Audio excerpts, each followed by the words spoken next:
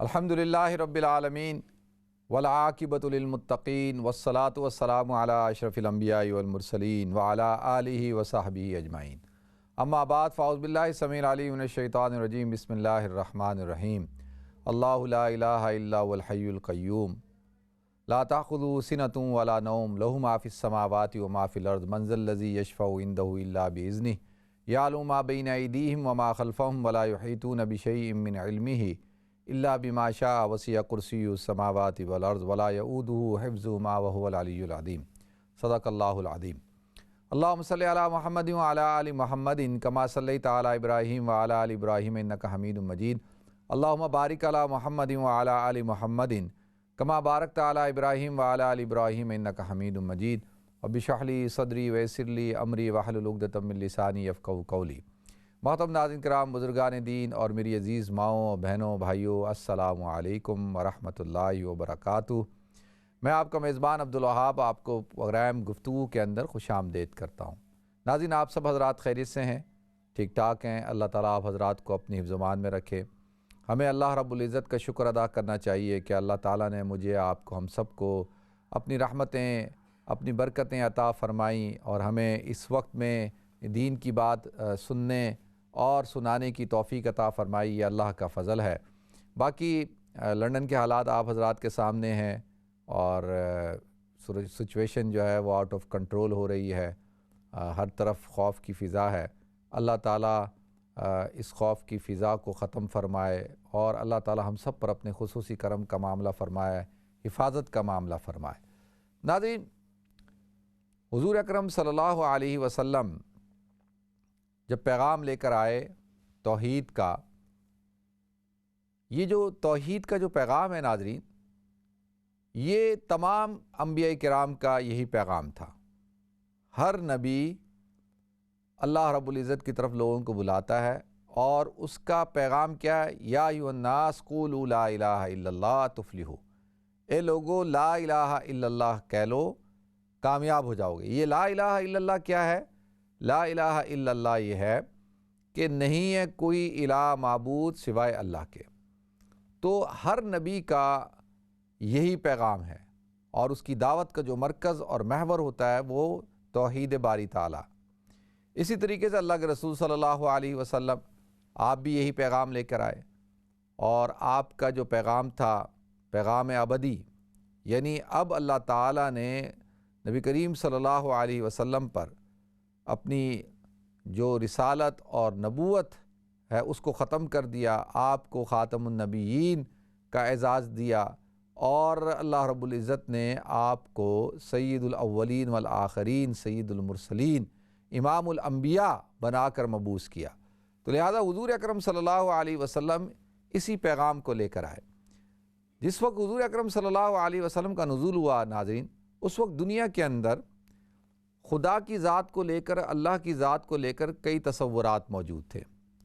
ایک تصور تو یہودیوں کا تھا، ایک تصور عیسائیوں کا تھا، اور ایک نظریہ اور عقیدہ جو موجوسی ہیں، آتش پرست موجوسی، ان کا تھا، اور ایک نظریہ یا آپ کہیں کہ ایک عقیدہ وہ اس زمانے کے اندر ہندوؤں کا تھا۔ اور پھر ہندوؤں کے اندر آپ آ جائیں کہ وہ بت مت بھی، یعنی بت مذہب جو بدھسٹ ہیں وہ بھی ایک نظریہ رکھتے ہیں، لیکن وہ انہی کی ایک شاخ ہیں۔ اگر یہ کہوں کہ وہ ملتے جلتے ہیں تو اس میں کوئی دو رائے نہیں ہوگی، لیکن ہندو مذہب، بت مذہب اس زمانے کے اندر۔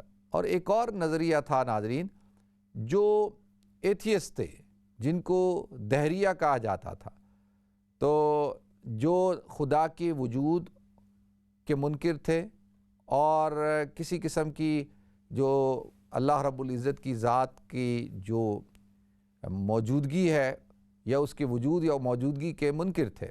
وہ مانتے ہی نہیں تھے کہ بھئی کوئی خدا بھی ہے، کوئی الہ بھی ہے۔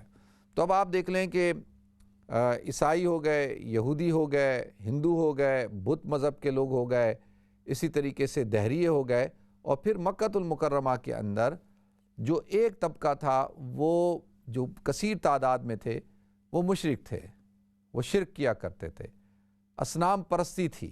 اگرچہ ان کا نظریہ اور جو یہ جو بر صغیر کے اندر جو ہندو پائے جاتے ہیں ان کا نظریہ اور ان کے نظریے میں بنیادی طور پہ فرق تھا، لیکن تھے یہ بھی اصنام پرست، بت پرست، تو لہذا ان کو ہم کہیں کہ یہ مشرک تھے اور یہ بھی بت پرست تھے، اصنام پرست تھے۔ اور ایک طبقہ اور تھا جس کو ناظرین سائبین کہا جاتا ہے، یا آپ ان کو کہیں گے جو دین حنیف پہ تھے، جن کے ہاں خدا کی وجود کو بھی مانتے تھے، اس کی وحدانیت کو بھی مانتے تھے، اور ان کے ہاں یہ شرک وغیرہ نہیں پایا جاتا تھا، جس کو اگر ہم کہیں کہ دین حنیف کے اوپر جو بہت سارے لوگ تھے، جیسے کہ حضور اکرم صلی اللہ علیہ وسلم کے والدین کے حوالے سے بھی آتا ہے کہ وہ بھی اسی نظریے کے حامل تھے۔ تو لہذا ناظرین اب آپ دیکھیں کہ 6 قسم کے لوگ ہو گئے، یہودی ہو گئے، عیسائی ہو گئے، موجوسی ہو گئے، بت مذہب والے ہو گئے، اور اسی طرح سے پھر بت میں ایک شاخ ہندوؤں کے بھی آپ شامل کر لیں، پھر اصنام پرست ہو گئے چھٹے، اور اسی طرح سے جو ہے وہ مشرک جس کو کہتے ہیں جو مکہ کے مشرک تھے، اور اسی طرح سے دین حنیف کے۔ تو لہذا اب یہ سارے نظریات کے ماننے والے لوگ موجود ہیں۔ تو اب آپ پہلے تو یعنی جو اسلام کا جو تصور خدا ہے، تصور الہ ہے، اس سے ہم تھوڑا سا پہلے گفتگو کرتے ہیں جو مختلف مذاہب کے لوگ ہیں ان کا تصور خدا کیا ہے، تاکہ کلیئر ہو جائے۔ کہتے ہیں نا الاشیاء تعرف بازدادها، کہ جو چیزیں ہیں وہ اپنی ازداد سے پہچانی جاتی ہیں، اپنی ضدوں سے پہچانی جاتی ہیں۔ یعنی رات کو پہچاننا ہو، اگر رات ہی رات ہو تو آدمی کو پہچان ہی نہ ہو کہ رات کیا چیز ہوتی ہے۔ دن ہوتا ہے تو رات کی پہچان ہے، رات ہوتا ہے تو دن کی پہچان ہے، تاریکی ہوتی ہے تو روشنی کی پہچان ہے، روشنی ہوتی ہے تو تاریکی کی پہچان ہے، سفید رنگ ہے تو کالے رنگ کی پہچان ہے، کالا رنگ ہے تو سفید رنگ کی پہچان ہے، خوبصورتی ہے تو بدصورتی کی پہچان ہے، بدصورتی ہے تو خوبصورتی کی پہچان ہے۔ تو لہذا یہ ضدیں ہیں ایک دوسرے کی، جو ضد ہوتی ہے ضد سے بھی چیزوں کو پہچانا جاتا ہے۔ تو سب سے پہلے آ جاتے ہیں ناظرین جو یہودی مذہب کے ماننے والے لوگ تھے، جو یہود تھے، ان کا خدا کے بارے میں کیا تصور تھا اور وہ کس نظریے کے حامل تھے۔ دیکھیں اگرچہ بظاہر یہ جو اہل یہود ہیں ان کا نظریہ یہ اس بات کے قائل ہیں کہ خدا ایک ہے اور توحید کے بھی قائل ہیں، لیکن ان کا خدا جو ہے وہ تھوڑا سا لاچار سا نظر آتا ہے۔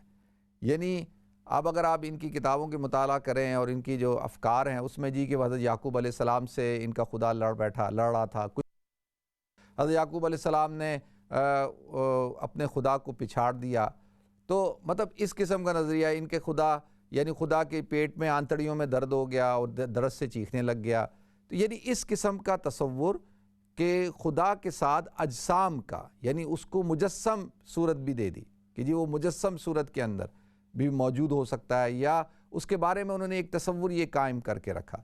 حالانکہ ٹھیک ہے وہ ان کا ایک تصور ہے، لیکن یہ تصور جو ہے خالصتاً توحید کے منافی ہے، توحید کے خلاف ہے، تو لہذا ان کے ہاں یہ تھا۔ اچھا اسی وجہ سے یعنی اسی تصور کو اور اسی فکر کو وہ آگے لے کے چلتے ہیں، تو اسی کی بنیاد پہ حضرت عزیر علیہ السلام کو پھر اللہ کا بیٹا بھی بنا دیتے ہیں وہ، تو لہذا ان کے ہاں تو یہ نظریہ تھا۔ پھر اس کے بعد آ جاتے ہیں عیسائی۔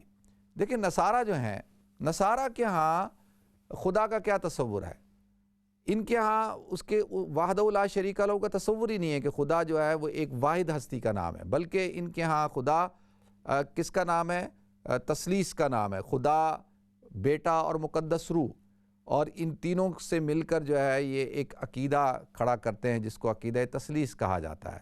اور ان کے ہاں خدا جو ہے وہ اس کا بیٹا ہے، اور یہاں تک کہ یہ اپنا خدا کو جو ہے یا اللہ کو کہتے ہیں کہ جی وہ اسی کا جز ہے، یا بیٹا باپ کا جز ہے، باپ بیٹے کا جز ہے۔ اب یہ سوال یہ اٹھتا ہے کہ بھئی باپ، یہ کہتے ہیں کہ جی دونوں ایک دوسرے کے جز ہیں اور دونوں ہی جو ہے ہمیشہ سے ہیں، اور جو مقدس روح ہے، ایک طبقہ ہے مکتبہ فکر ہے وہ کہتے ہیں کہ جی جو مقدس روح ہے وہ بھی انہی کا جز ہے، لیکن ایک گروپ کہتا ہے کہ نہیں جی وہ مقدس روح جو ہے وہ جبریل ہے، اور جبریل جو ہے وہ ان دونوں کا جز نہیں ہے، تو لہذا وہ ایک الگ جز ہے، اور پھر وہ حضرت مریم کو ان کا جز قرار دیتا ہے۔ تو لہذا ان کے ہاں خدا کا تصور کیا ہے؟ خدا کا تصور یعنی وہ وحدہ لا شریک لہ کا تصور نہیں ہے، بلکہ ان کے ہاں وہ ابنیت کا، بنویت کا، کہ یعنی وہ اپنے اس کا ایک بیٹا ہے، اور بیٹے کی شکل میں، یعنی اگر آپ اس کو اس طرح سے لے لیں گے جیسے کہ ہندوؤں کے ہاں خدا جو ہے وہ کسی اور کی شکل کے اندر اوتار بن کے دنیا میں آتا ہے، دنیا میں ہوتا ہے، تو اسی طریقے سے ان کے ہاں کہ جی وہ جو دنیا کے اندر جو نزول ہوا وہ بیٹے کی صورت میں، حضرت عیسیٰ علیہ السلام کی صورت میں نزول ہوا، تو لہذا ان کے نزدیک جو ہے وہ یہ تثلیث بن کے وہ کہتے ہیں یہ تثلیثی ایک ہے، یعنی تین ایک ہیں اور ایک تین ہے، خدا بیٹا اور مقدس روح، یا خدا بیٹا اور حضرت مریم، تو لہذا ان کے ہاں کیا ہے کہ یہ تین ایک ہیں اور ایک تین کا عقیدہ ہے، تو انہوں نے ایک یعنی ان کا تصور خدا کا وہ ایک الگ تصور انہوں نے بنا لیا۔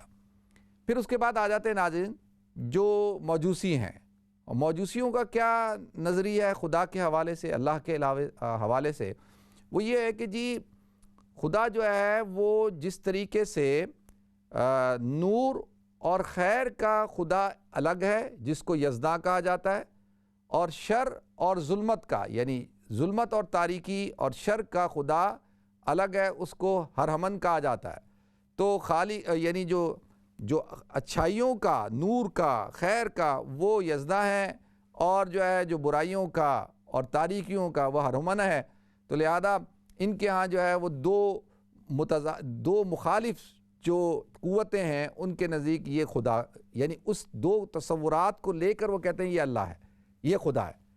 تو اب یہ دیکھیں کہ ان کے ہاں یہ نظریہ ہو گیا۔ اچھا، اب یہ جو موجوسی ہیں، اب یہ آتش پرست ہیں، اب ان کے نزدیک جو نور ہے اور جو خیر ہے، اچھا نور کیا ہے؟ اس کے اندر روشنی ہے، اس کے اندر لائٹ ہے، تو اب اس کا پرتو کیا ہے؟ وہ کہتے ہیں اس کا پرتو جو ہے وہ سورج ہے، اب سورج جب نکلتا ہے تو اس کی روشنی ہوتی ہے، اب جب روشنی ہوتی ہے تو پوری دنیا کو وہ منور کرتا ہے، روشن کر دیتا ہے، تاریکی کو ختم کر دیتا ہے، تو یہ تو کیا ہو گیا؟ یزداں ہو گیا، اب وہ اس کا پرتو ہو گیا، اب نور کا پرتو سورج ہو گیا، اور یا اس کو آپ اس کا ایک دوسرا معنی لے لیں کہ یعنی اس کی جو ایک علامت ہے، وہ علامت کیا ہے؟ وہ علامت یہ ہے سورج ہے، تو لہذا اب سورج کی جو ہے عبادت کی جائے، آتش پرست یعنی سورج کی عبادت کرنے والے۔ اب ان کو آتش پرست کیوں کہتے ہیں؟ وہ اس لیے کہتے ہیں کہ وہ کہتے ہیں کہ یہ جو آگ ہے، یہ جو آگ کیونکہ اس کے اندر بھی نور پایا جاتا ہے، یہ بھی تاریکی کو دور کرتی ہے، اور یہ بھی کس کا عکس ہے؟ یہ سورج کا عکس ہے، تو لہذا اب یہ علامتی طور پر آگ جلائی جاتی ہے اور اس کی عبادت کی جاتی ہے، اس لیے ان کو آتش پرست کہا جاتا ہے یا موجوسی کہا جاتا ہے، تو لہذا یہ بھی دنیا کے اندر اس وقت میں کثیر تعداد میں موجود تھے، آج بھی موجود ہیں، تو لہذا ان کے ہاں یہ خدا کا تصور ہے۔ اب آ جاتے ہیں جو ہندو ہیں، اب ہندوؤں کا کے ہاں تصور کیا ہے؟ اچھا، ہندوؤں کے ہاں جو برہمن ہے، جو اونچی ذات کا ہندو ہے، اس کے نزدیک خدا کا تصور ڈیفرنٹ ہے، وہ تو وحدت الوجود، یعنی میں آپ حضرات کو سمجھانے کے لیے کہ جی خدا کا تصور کیا ہے کہ خدا حلول کرتا ہے، اور حلول کر کے ہر طاقتور چیز، ہر فائدہ پہنچانے والی چیز، ہر ایسی چیز جو نقصان پہنچا سکتی ہے، اس کے اندر خدا حلول کر جاتا ہے۔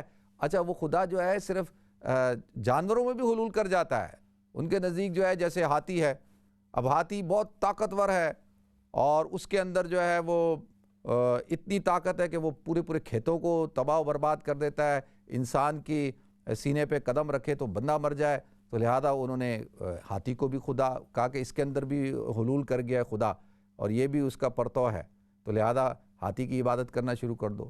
اسی طریقے سے جو ہے وہ شیر ہو گیا، اسی طریقے سے اژدہا ہو گیا، اسی طریقے سے جو ہے وہ اچھا یہ تو وہ چیزیں ہیں جو آپ کو نقصان پہنچاتی ہیں، جن کی وحشت ہے، جن کا خوف ہے، تو ان کے نزدیک یہ خوف کی علامت ہے، یہ دیوتا جو ہے خدا اس وقت غضبناک ہوتا ہے، تو یہ غضبناک ہے، غصے میں ہے، تو یہ ہاتھی اور یہ اور ان کو، تو لہذا ان کے اوپر چڑھاوے چڑھاؤ اور ان کے خدا کے غضب سے اپنے آپ کو بچاؤ۔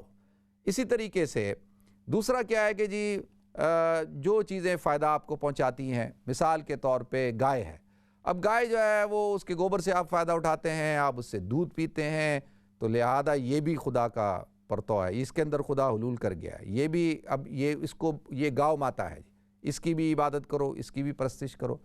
تو اب آپ دیکھیں کہ ہر وہ چیز جو فائدہ پہنچا رہی ہے، ہر وہ چیز، جیسے درخت ہیں، کچھ درخت فائدہ پہنچاتے ہیں تو ان درختوں کی بھی عبادت ہو رہی ہے، تو ان کے ہاں تو یہ ایک تصور. اچھا پھر وہ جو میں عرض کر رہا ہوں کہ جو ایک اپر کلاس ہے، اپر کلاس کے ہاں تصور یہ ہے کہ خدا ان میں بھی حلول کر جاتا ہے. یعنی یہ نہیں ہے کہ وہ صرف چیزوں میں کرتا ہے، وہ انسانوں میں بھی کر جاتا ہے. مثال کے طور پہ کوئی اب ان کے ہاں جو سائیں بابا ہیں یا گرو ہیں یا ان کے پنڈت ہیں یا کوئی بہت بڑی شخصیت ہے اور اس کے پاس بہت طاقت ہے، وہ بڑا اس کے اندر اس کے پاس دولت ہے، یہ شہرت ہے، جو کچھ بھی اس کے پاس، یا مذہبی طور پہ وہ بہت پاپولر ہے اور اس نے عبادت کر کر کے، ریاضت کر کر کے کچھ قوتیں حاصل کر لی ہیں، مجاہدات کر کے، ریاضت کر کے، تو وہ کہتے ہیں یہ بھی خدائی ہے. تو لہذا ان کے ہاں اس کو پھر پوجا جاتا ہے. انسانوں کو بھی پوجا جاتا ہے. مثال کے طور پہ امیتابھ بچن ہے، اب امیتابھ بچن کا پورا ایک مندر بنا ہوا ہے، اس کی مورتی بنی ہوئی ہے، لوگ اس کو پوج رہے ہیں. اور محمد بن قاسم جب آیا تھا تو محمد بن قاسم نے انصاف قائم کر دیا اور یہ سارے سلطان کھڑی کی اور بڑا امن اور بڑا انصاف پسند تھا، بڑا نیک آدمی تھا، تو لوگ جو ہے اس کو پوجنا شروع ہو گئے. ان کے ہاں پھر وہ یہ نہیں ہے کہ پھر مذہب نہیں دیکھا جاتا. خواجہ معین الدین چشتی رحمۃ اللہ علیہ کو بھی پوجو، کوئی جو ہے وہ بڑے سے بڑا جو اللہ کا ولی ہے چاہے وہ مسلمان ہی کیوں نہ ہو اس کو بھی پوجو. تو لہذا اچھا اب وہ جو طبقہ ہے، جو برہمن طبقہ ہے، جو یعنی ہائی کاسٹ کے جو لوگ ہیں، وہ کہتے ہیں کہ جی آپ ہمارا حق ہے کہ خدا ہم میں حلول کرتا ہے، تو جب ہم پہ کرتا ہے تو آپ ہماری پوجا کرو، ہمارے آگے جھکو، ہم سے تم الگ رہو گے. جو دوسرے لوگ ہیں وہ ہمارے ساتھ بیٹھ نہیں سکتے، شادی نہیں کر سکتے، ہماری گھاٹ سے پانی نہیں پی سکتے. یہ بہت زیادہ ان کے ہاں مسائل ہیں، یہ ساری چیزیں ہیں. اور غریبوں کا جو ہے وہ جس طریقے سے مندر، امیروں کا مندر الگ ہوگا، غریبوں کا الگ ہوگا. یہ تو ابھی تھوڑا سا آپ حضرات کو میڈیا پہ دکھاتے نہیں ہیں، لیکن حقیقت یہاں یہ تصور پایا جاتا ہے. تو یہ جو ہے وہ ہندوؤں کا ایک کانسیپٹ ہے. اسی طریقے سے بت ہیں. اب جو بت مذہب ماننے والے لوگ تھے ان کے ہاں کیا ہے، ان کے ہاں خدا کا تصور کیا ہے کہ جی خدا جو ہے وہ اس نے ہمیں پیدا کیا ہے صرف سختیاں برداشت کرنے کے لیے، تکلیفیں برداشت کرنے کے لیے. مجاہدہ کرو، بس اپنے ریاضت کرو اور بس یعنی جتنا آپ اپنے آپ کو تکلیف میں ڈال سکتے ہو ڈالو، اور بس دنیا جو ہے وہ غموں کی جگہ ہے، دکھوں کی جگہ ہے، اور اس پر غم ہی غم ہے، دکھ ہی دکھ ہیں، اور بس اسی فلسفے کو وہ لے کے چلتے ہیں. پھر وہ ایتھیسٹ ہیں، ان کے ہاں کوئی تصور ہی نہیں ہے، تو آپ حضرات کے علم میں ہے، اور وہ کہتے ہیں یہ دنیا خود بخود وجود میں آ گئی ہے اور اس کا بنانے والا کوئی نہیں ہے، کوئی ان کا تصور یہ ہے. ٹھیک ہے، پھر آ جائیں یہ مشرکین مکہ. اچھا مشرکین مکہ جو تھے، ان کا جو کانسیپٹ ہے، اور یہ جو ہندو ہیں، دیکھیں ہندو بھی بت پرست تھے نا، ابھی بھی ہیں، یہ بت پرست ہی ہیں نا، صنم پرست ہیں. اور یہ جو مشرک تھے مکہ کے، یہ بھی یہی کام کرتے تھے. لیکن ان میں اور ان میں بنیادی فرق ہے. ان کے نزدیک جو ہے جب ان سے پوچھا جاتا کہ تم ان کی عبادت کیوں کرتے ہو، تو وہ کہتے ما نعبدہم الا لیقربونا الی اللہ زلفیٰ، ہم ان کی عبادت نہیں کرتے مگر اس لیے کرتے ہیں کہ یہ ہمارے اور اس خدا کے درمیان وسیلہ ہے. کیونکہ خدا تک، اللہ تک ڈائریکٹ نہیں پہنچا جا سکتا، تو ہم ان کا وسیلہ طلب کرتے ہیں. تو یہ ہم شفعاؤنا عند اللہ، یہ تو اللہ کے نزدیک ہمارے سفارشی ہیں، تو اللہ تک تو ڈائریکٹ نہیں پہنچا جا سکتا، تو لہذا ان کے آگے چڑھاوے چڑھاؤ، ان کی عبادت کرو اور یہ وہاں تک ہمیں پہنچائیں گے. اگرچہ حقیقتاً جب ان سے پوچھا جائے تو وہ یہ کہتے ہیں کہ ہم اس کی عبادت نہیں کرتے، ہم تو اس اللہ کی عبادت کرتے ہیں. جب وہ تکلیف میں ہوتے ہیں نا، قرآن کہتا ہے نا، جب وہ کشتی میں سفر کر رہے ہیں اور جب جیسی طوفان میں پھنستے ہیں تو اللہ کو پکارنا شروع کر دیتے ہیں. تو لہذا ان کا جو کانسیپٹ ہے وہ یہ ٹوٹلی ڈیفرنٹ ہے اگر ہم دیکھیں جو ہندو مذہب کے ماننے والے لوگ ہیں. تو لہذا ناظرین، یہ تو میں نے آپ حضرات کے سامنے مختلف جو ادیان ہیں ان کا تصور پیش کیا خدا کے بارے میں. اب آ جاتے ہیں اسلام کے اندر اللہ کا کیا تصور ہے. دیکھیں قرآن کیا کہتا ہے، قرآن کہتا ہے اللہ لا الہ الا ہو، کہ اللہ کون ہے، لا الہ الا، اس کے علاوہ کوئی اور الہ نہیں ہے. اور وہ کون ہے، الحی، وہ حی ہے، زندہ کرنے والا ہے. القیوم، جو اپنی ذات سے بھی زندہ ہے اور لوگوں کو بھی زندہ کرتا ہے، زندگی دیتا ہے، یعنی قائم رکھنے والا، قیام ہے. تو اللہ حی ہے، اللہ قیوم ہے. اور پھر وہ الہکم الہ واحد، کہ دیکھو تمہارا خدا جو ہے وہ ایک ہی خدا ہے. پھر اللہ رب العزت خود کو قرآن میں اپنا تعارف کراتے ہیں کہ لیس کمثلہ شیء، کہ اس جیسا کوئی ہے نہیں، یعنی اللہ کی طرح کوئی بھی نہیں ہے. وہ اپنی ذات میں، اپنی صفات میں یکتا ہے، نہ اس کے ساتھ اس کی ذات میں کوئی شامل ہے، نہ کوئی اس کی صفات میں شامل ہے. اور وہ تنہا ہمیشہ سے ہے، ہمیشہ رہے گا، اور وہ واحد ہے اور وہ یکتا ہے۔ قل هو اللہ احد، اے نبی آپ کہہ دیجیے کہ اللہ یکتا ہے، احد یکتا، اللہ الصمد، وہ صمد ہے، یعنی ساری کی ساری وہ یعنی صمد کہتے ہیں بے نیاز کو، یعنی ہم سب جو ہے تمام کے تمام دنیا کے انسان، تمام کی تمام مخلوق، ان سب کی حاجتیں کس تک پہنچتی ہیں؟ وہ اللہ تک پہنچتی ہیں۔ صمد کہتے ہیں جس تک تمام کے تمام لوگوں کی حاجتیں پہنچتی ہوں، ضرورتیں پہنچتی ہوں، مرادیں پہنچتی ہوں، دعائیں پہنچتی ہوں، اور وہ اس بات پر قادر ہے کہ ایک وقت میں تمام کے تمام انسان، مخلوقات، سب کو جو جو ان کی ضرورت ہے، جو جو ان کی حاجت ہے، اس کو پورا کرے، ان کو عطا کرے۔ تو صمد جس کی طرف تمام لوگوں کی حاجتیں پہنچتی ہوں اور وہ کسی کا محتاج نہ ہو، اس کو ضرورتیں پوری کرنے میں وہ کسی کا محتاج نہ ہو، اس کو کسی چیز کی احتیاج نہ ہو۔ تو قرآن بہترین تعارف کراتا ہے اپنا، قل هو اللہ احد اللہ الصمد لم یلد ولم یولد۔ یہاں پر اس نے نفی کر دی۔ کس بات کی نفی کر دی؟ کہ نہ بھائی وہ کسی کا باپ ہے، نہ تو وہ کسی کا بیٹا ہے۔ دیکھیں جب حضرت عیسیٰ علیہ السلام کو آپ خدا کا بیٹا بنائیں گے تو پھر ان کے والد کون ہوئے؟ وہ اللہ رب العزت کی ذات ہو گئی۔ تو وہ نہ تو وہ تو کسی کا باپ ہے، نہ وہ کسی کا بیٹا ہے، لم یلد ولم یولد، کیونکہ ابویت کا اور بنویت کا یعنی بیٹا ہونا، باپ ہونا، یہ تو کمزوری کی علامت ہے، کہ جو باپ ہے اس کو بیٹا اس لیے چاہیے کہ وہ بڑھاپے میں اس کا سہارا بنے اور وہ اس کی وراثت کو لے کے چلے، اس کے نام کو لے کے چلے۔ تو کئی چیزوں میں انسان مانگتا ہے نا، حضرت زکریا نے مانگا نا، یا اللہ تو مجھے اولاد عطا فرما یرثنی و یرث آل یعقوب، کہ جو میرا اور آل یعقوب کا وارث ہو۔ تو یہاں پہ تو باپ ہونے کی حیثیت سے بندہ کہتا ہے بیٹا ہوگا اور بڑا آپ کا سہارا بنے گا، اور بیٹا اس کے لیے کیا محتاجگی ہوتی ہے باپ کی، کہ وہ کہتا ہے یار باپ ہوگا تو وہ میری تربیت کرے گا، میری پیدائش سے لے کر جوانی تک میری ضرورتوں کو پورا کرے گا، میرے سارے مسائل حل کرے گا، مجھے ایجوکیشن دے گا، میرے لیے گھر بنائے گا، 10,000 چیزیں باپ کرتا ہے نا۔ یعنی باپ ہونے کی حیثیت سے بیٹا پہلے محتاج ہوتا ہے باپ کا، باپ تو بعد میں محتاج ہوگا نا۔ جب بیٹا پیدا ہوتا ہے تو پیدائش کے ساتھ ہی باپ کا محتاج ہے، لیکن باپ تو جا کے بڑھاپے میں محتاج ہوگا جب بیٹا جوان ہوگا۔ تو لہذا یہ دونوں جو چیزیں ہیں ان کے اندر احتیاج پائی جاتی ہے، ان کے اندر عجز پایا جاتا ہے، اور اللہ تعالیٰ ہر قسم کے احتیاج سے، اللہ تعالیٰ ہر قسم کے عجز سے مبرہ ہے، پاک ہے، وہ خدا ہی نہیں ہو سکتا کہ جو محتاج ہو۔ تو قل هو اللہ احد اللہ الصمد لم یلد ولم یولد ولم یکن لہ کفوا احد۔ اب یہاں پہ اللہ تعالیٰ نے سب کی نفی کر دی کہ یہ تم جو گائے کو، ہاتھی کو، شیر کو، اژدہے کو، اور جو ہے مختلف لوگوں کو، کہ جی فلاں جو بابا ہے وہ کرتب دکھاتا ہے اور اس کے پاس جو ہے وہ کچھ کرشمے ہیں، تو جی اس کو خدا بنا لو، یا اس کے اندر وہ صفات، خدائی صفات پائی جاتی ہیں۔ تو اللہ فرماتا ہے لم یکن لہ کفوا احد، قل هو اللہ احد اللہ الصمد لم یلد ولم یولد ولم یکن لہ کفوا احد۔ تو اللہ جیسا کوئی ہو ہی نہیں سکتا، نہ ہے، لیس کمثلہ شیء وہو السمیع البصیر، اس جیسا کوئی ہو ہی نہیں سکتا، لیکن وہ دیکھنے والا ہے، وہ دیکھتا ہے، وہ بصیر ہے۔ تو سماعت اور بصارت تو ہے اس میں، لیکن لیس ہماری طرح نہیں ہے کہ جس طرح سے میں اور آپ دیکھتے ہیں، محتاج ہیں، آج میری نظر کمزور ہو گئی، میری سماعت کمزور ہو گئی۔ تو لہذا یہ اللہ تعالیٰ کا ایک تعارف ہے، اور اس پہ ہمیں اللہ کا شکر ادا کرنا چاہیے کہ ہم مسلمان ہیں اور ہمارے پاس عقیدہ توحید خالصتاً اللہ تعالیٰ نے عطا کیا اور اس پر ہم کاربند ہیں۔ اسی لیے پھر اللہ نے فرمایا کہ جو شرک کرے گا وہ پھر جو ہے وہ اس کو میں معاف نہیں کروں گا۔ اللہ تعالیٰ ہم سب کو عمل کرنے کی توفیق عطا فرمائے۔ ناظرین ہمیں بریک کی طرف جانا ہے، انشاءاللہ بریک کے بعد حاضر ہوتے ہیں۔ السلام علیکم ورحمۃ اللہ وبرکاتہ۔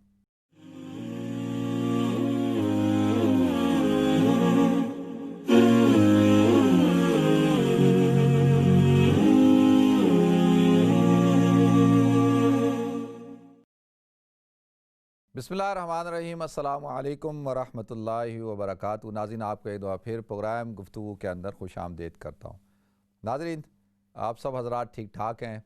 ان دنوں میں جب یہ لاک ڈاؤن کی صورتحال ہو جاتی ہے تو بہت سارے لوگ تناؤ کا شکار ہو جاتے ہیں، ڈپریشن کا شکار ہو جاتے ہیں، اسٹریس کا شکار ہو جاتے ہیں، اور کافی لوگوں نے پلان کیے ہوئے وہ سارے پلان چوپٹ ہو گئے۔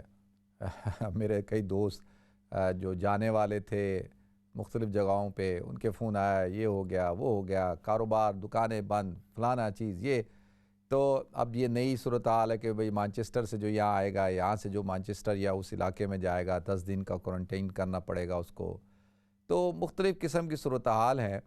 اب یہ کہ اللہ تعالیٰ سے دعا ہے کہ بھئی اللہ تعالیٰ خیر کا معاملہ فرمائے، اللہ تعالیٰ عافیت کا معاملہ فرمائے، اور اللہ تعالیٰ ہم سب پر اپنے خصوصی کرم کا معاملہ فرمائے. تو آپ حضرات سے میری گزارش یہ ہے کہ بھئی دیکھیں ان اوقات کو قیمتی بنائیں. یہ دیکھیں ایک یہ جو اوقات ہوتے ہیں نا، بہت سارے لوگ جب کال کرتے ہیں کہتے ہیں یار بہت زیادہ ڈپریشن ہے، اسٹریس ہے، انزائٹی ہے. میں آپ کو ایک بات بتاؤں کہ میری بھی یعنی ان دنوں میں ایک عجیب کیفیت تھی. پڑھنے کو دل نہیں چاہ رہا، مطالعہ کرو تھوڑی دیر بعد جو ہے وہ دل نہیں چاہ رہا مطالعہ کرنے کو. یعنی عجیب سی کیفیت تھی. اور مجھے جو سکون ملا وہ ملا، یعنی جو ملتا ہے، جو مل رہا ہے، ایک تو یہ کہ بھئی بچوں کے ساتھ بیٹھ کر گپ شپ لگانا اور ان کے ساتھ گفتگو کرنا، ان کے ساتھ ان کے سوالات جوابات. اور سب سے زیادہ جو میں انجوائے کرتا ہوں یا اپنے آپ کو ریلیکس فیل کرتا ہوں وہ میں اپنی فیملی کے ساتھ، بچوں کے ساتھ. اور یقینی طور پر آدمی نماز پڑھے، قرآن کی تلاوت کرے، ذکر کرے، آرام سے بیٹھ کر جو ہے نا درود شریف پڑھیں، اللہ کا ذکر کریں. جب آپ کو لگے نا کہ آپ ڈپریشن کا شکار ہو رہے ہیں، آپ کو انگزائٹی ہو رہی ہے، آپ اپنے اوپر تناؤ محسوس کر رہے ہیں، تو ہمارے ایک دوست ہیں کہتے ہیں نا کہ بہت سارے لوگ جب پریشان ہوتے ہیں مجھے کال کرتے ہیں. تو میرا بھی کوئی ایک دو دوست ہیں جن سے میں گپ شپ لگاتا ہوں. تو میں ان سے تذکرہ کر رہا تھا کہ میں نے کہا یار میں کافی جو ہے وہ ذہن میں بوجھ محسوس کر رہا ہوں. تو انہوں نے کہا کہ بھائی اس کے لیے یہی ہے کہ بس اللہ کا ذکر کرو، اور جو چیز آپ کو اچھی لگتی ہے نا، یعنی میں تو زیادہ تر جو ہے وہ مذہبی کتابیں پڑھنا یا ہسٹری پڑھنا یا اور، تو کہا کہ تھوڑا سا ڈیفرنٹ کچھ پڑھو، کوئی ڈائجسٹ اٹھا لو، کوئی میگزین اٹھا کے پڑھ لو، کیونکہ بغیر پڑھے تو رہا نہیں جائے گا. تو اس طرح سے آپ حضرات بھی کریں اور کوشش کریں کہ بھئی اچھا میرے ساتھ یہ تھا کہ میں 1 گھنٹہ سوا گھنٹہ جم میں گزار لیتا تھا تو میرے اندر انرجی آ جاتی تھی، اور پھر میں سارا دن چلتا تھا. صبح سے شروع ہوتا تھا، رات 11 12 1 بجے تک چلتا تھا. تو وہ 1 ڈیڑھ گھنٹے کا جم جو ہے وہ مجھے کافی پاور دیتا تھا اور میرے اندر کافی جو ہے، اب وہ بھی بند ہو گیا. تو لہذا اس وقت جو ہے وہ صورتحال یہ ہے کہ بس ہم نے صبر اور شکر کے ساتھ ان حالات کا مقابلہ کرنا ہے، انشاءاللہ مل جل کر کرنا ہے.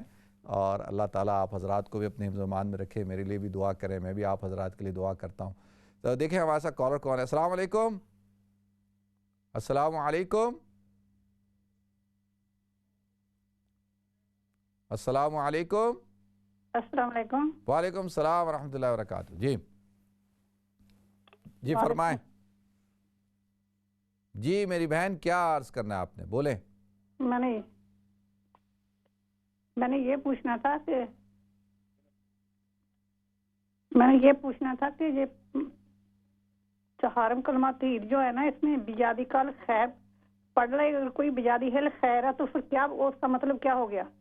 اچھا چلے ٹھیک ہے، میں بتاتا ہوں. ٹھیک ہے جی، نیکسٹ کال لیتے ہیں. السلام علیکم.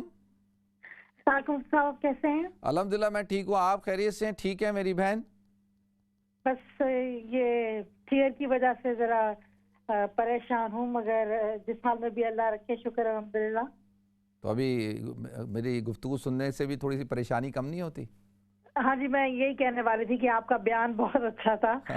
تھوڑا سکون و تسلی ہو گئی کہ سبھی مشکل وقت سے گزر رہے ہیں.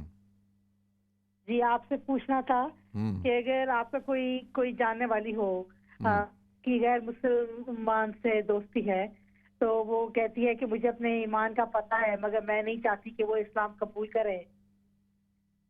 اور روزے رکھنے پہ اس نے کہا کہ میرا جو دوست ہے وہ کہتا ہے کہ تم بغیر کھانے کے بغیر پانی کے رہو گی تو میں بالکل اجازت نہیں دوں گا. تو ایسی لڑکی سے دوستی رکھنی چاہیے؟ اس سے کیا کہنا چاہیے؟ کیا جواب دینا چاہیے؟ کیسے دل کرنا چاہیے؟ اچھا نہیں پہلے تو یہ بتائیں کہ آپ وہ جو جس لڑکی کی بات آپ کر رہی ہیں وہ مسلمان ہے؟ ہاں جی. اچھا اب مسلمان ہے اور وہ کیا کہتی ہے کہ میں اپنا ایمان، وہ کہتی ہے میں اپنا ایمان جانتی ہوں مگر میں نہیں چاہتی کہ میرا غیر مسلمان دوست جو ہے جو گورا ہے وہ اسلام قبول کرے. میں نکاح نہیں کرنا چاہتی. اور ایسی رہنا چاہتی ہوں اس کے ساتھ؟ بس انگلش شادی کرنا چاہتی ہیں, رجسٹریشن. نہیں تو اس میں وہ اچھا چلیں, اب عجیب سوال ہے جی. ٹھیک ہے جی, میں بتاتا ہوں جی. ٹھیک ہے, بہت شکریہ آپ کا. نیکسٹ کال لیتے ہیں جی. السلام علیکم. وعلیکم السلام ورحمۃ اللہ وبرکاتہ. جی جی فرمائیں جی. مفتی صاحب, ہم سو یو اوکے.